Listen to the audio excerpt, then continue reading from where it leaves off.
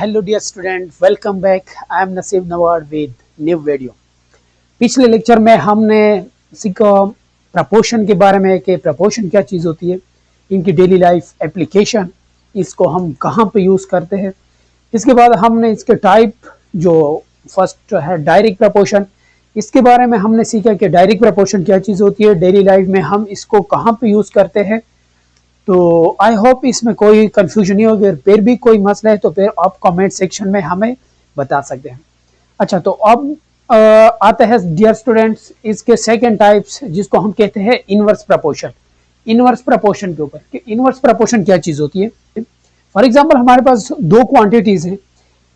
एक क्वांटिटीज की वैल्यूज अगर बढ़ती है और दूसरी जो क्वांटिटी है इसकी वैल्यू डिक्रीज होती है, या एक क्वांटिटीज की वैल्यू डिक्रीज होती है, दूसरी क्वांटिटीज की वैल्यू इंक्रीज होती है, तो हम इस तरह अगर कोई रिलेशन है तो हम इसको कहते हैं कि ये एक इनवर्स प्रपोर्शन है। तो डेली लाइफ में ये कहाँ पे यूज होता है, आए हम सीखते हैं कि डेली लाइफ में इनवर्स प्रपोर्शन कहाँ पे यूज होता है। तो हम एक एग्जाम्पल के थ्रू इसको समझते हैं।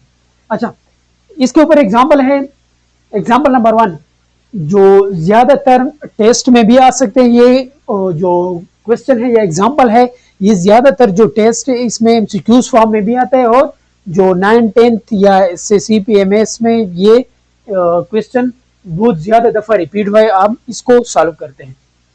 एग्जाम्पल नंबर 1 है, if 60 men can do a job in 8 days, how many men will be required to do the job in 5 days? ये क्या कह रहे हैं कि अगर एक घर है वो 8 डेज में कितने मेंस बना सकता है, 60 मेन वो कंप्लीट करता है। तो ये कह रहे हैं कि यही हाउस अगर हमने बनाना है 5 डेज में तो कितने मजदूर या कितने मेन इसमें काम करेगा जो 5 डेज में इसको कंप्लीट करेंगे।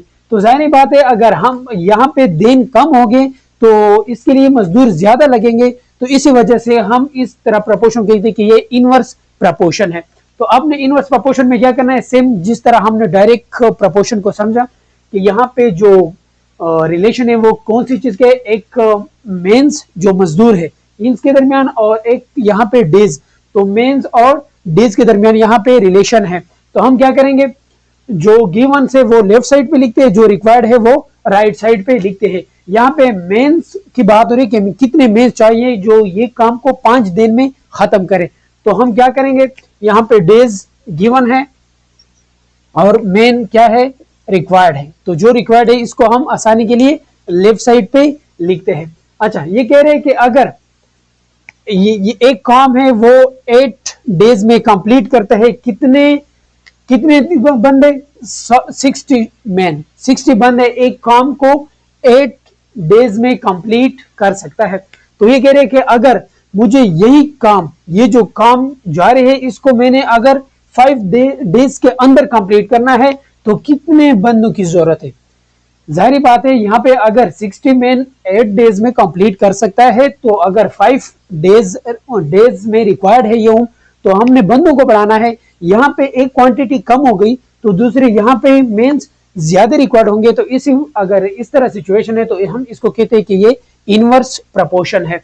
अच्छा, इसको सॉल्व करने के लिए हम क्या करेंगे, ये जो लेफ्ट साइड है यहाँ पे हम एरो हेड डायरेक्ट ऊपर लगाएंगे। ये इनवर्स हो या डायरेक्ट प्रपोर्शन हो, हम सबसे पहले यहाँ पे क्या करेंगे, एरो हेड ऊपर की तरफ ड्रॉ करेंगे। अच्छा, अब सोचेंगे कि ये जो रिलेशन है ये डायरेक्ट है या इनवर्स है। तो डियर स्टूडेंट्स, यहाँ पे डेज अगर कम हो गए तो यहाँ पे बंदे ज्यादा होने चाहिए। तो ये चूंकि ये कम हो गए, ये ज्यादा, तो इस तरह रिलेशन जो एक क्वांटिटी कम होती है दूसरी ज्यादा, तो इसको हम कहते हैं इनवर्स रिलेशन। तो ये जो एरो हेड है यहाँ पे मैंने ऊपर की तरफ ड्रॉ किया, चूंकि ये इनवर्स रिलेशन है तो हम इसको क्या करेंगे, नीचे की तरफ इसका अपोजिट ड्रॉ करेंगे, क्योंकि ये एक इनवर्स रिलेशन है। फिर इसको हम किस तरह सॉल्व करते हैं, tail divided by head is equal to tail divided by head. फिर इजीली जिस तरह हमने डायरेक्ट प्रपोर्शन को सॉल्व किया इसी तरह से इसको भी सॉल्व करेंगे।